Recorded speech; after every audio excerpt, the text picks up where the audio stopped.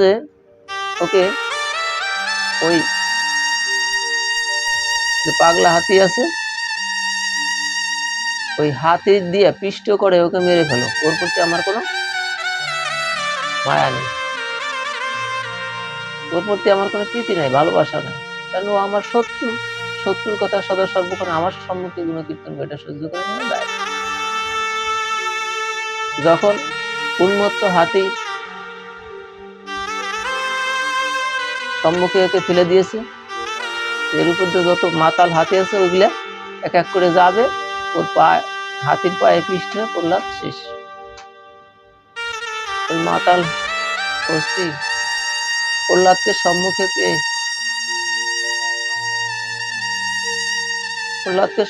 পেয়ে হাতি ভাবছে,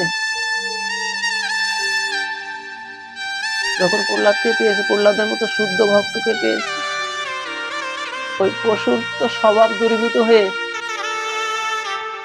এই হাতির পশুর তো স্বভাব দূরীভূত হয়ে গিয়েছে, ওর ভিতর ভক্তকে কাছে পেয়ে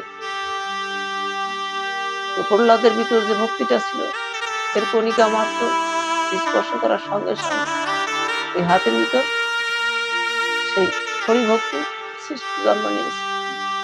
ভগবান বলছে, ভগবান পশু জন্ম পেয়েছি, ভজন জগৎ দেহ মানব দেহ পাইনি, মানব জন্ম পাইনি, তোমার ভজন করতে পারি নাই, কিন্তু আজ যেহেতু তোমার এক শুদ্ধ ভক্তকে পেয়েছে, তোমার শুদ্ধ ভক্তকে পেয়েছে, আজকে একটু ভক্ত সঙ্গ করে এই পশু জন্মটা সার্থক করি। সঙ্গে সঙ্গে প্রহ্লাদকে সুর দিয়ে তুলে হাতি আনন্দে নৃত্য করতে শুরু করেছে। পশুত্ব স্বভাব দূরীভূত হয়ে গেছে একমাত্র শুদ্ধ ভক্তের সংস্পর্শে আসার সঙ্গে সঙ্গে।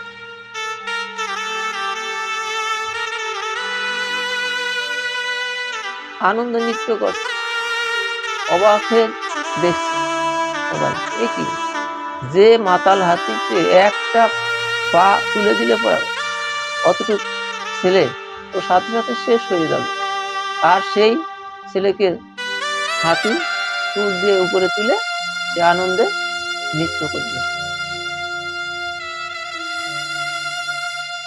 এরপরে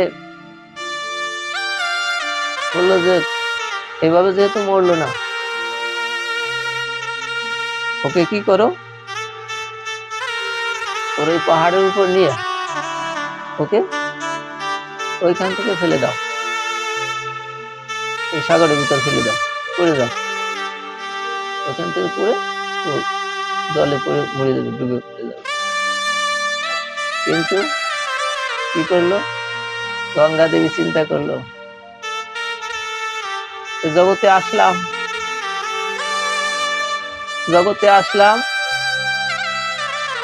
সমস্ত পাপি তাপি তোমার বৎস অবগাহন করে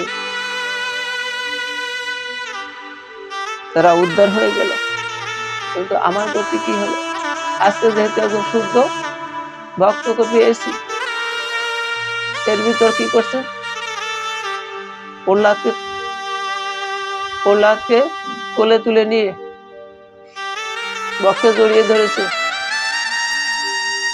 যে প্রহ্লাদের মতো শুদ্ধ ভক্ত যেহেতু পেয়েছি, আজকে একটু ভক্ত সঙ্গ করে নেই।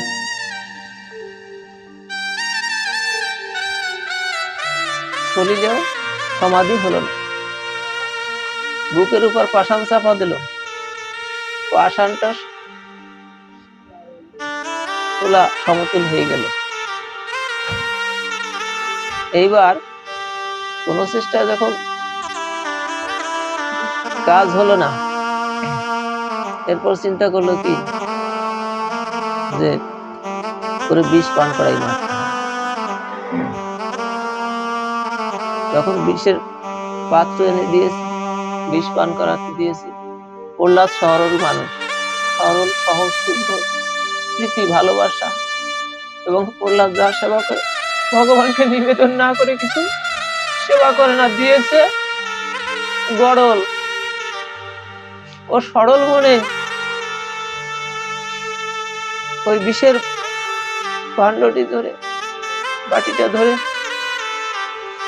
ভগবানকে নিবেদন না করে তো কোনো কিছু, যখন নিবেদন করেছে সঙ্গে সঙ্গে ভক্তের নিবেদন করা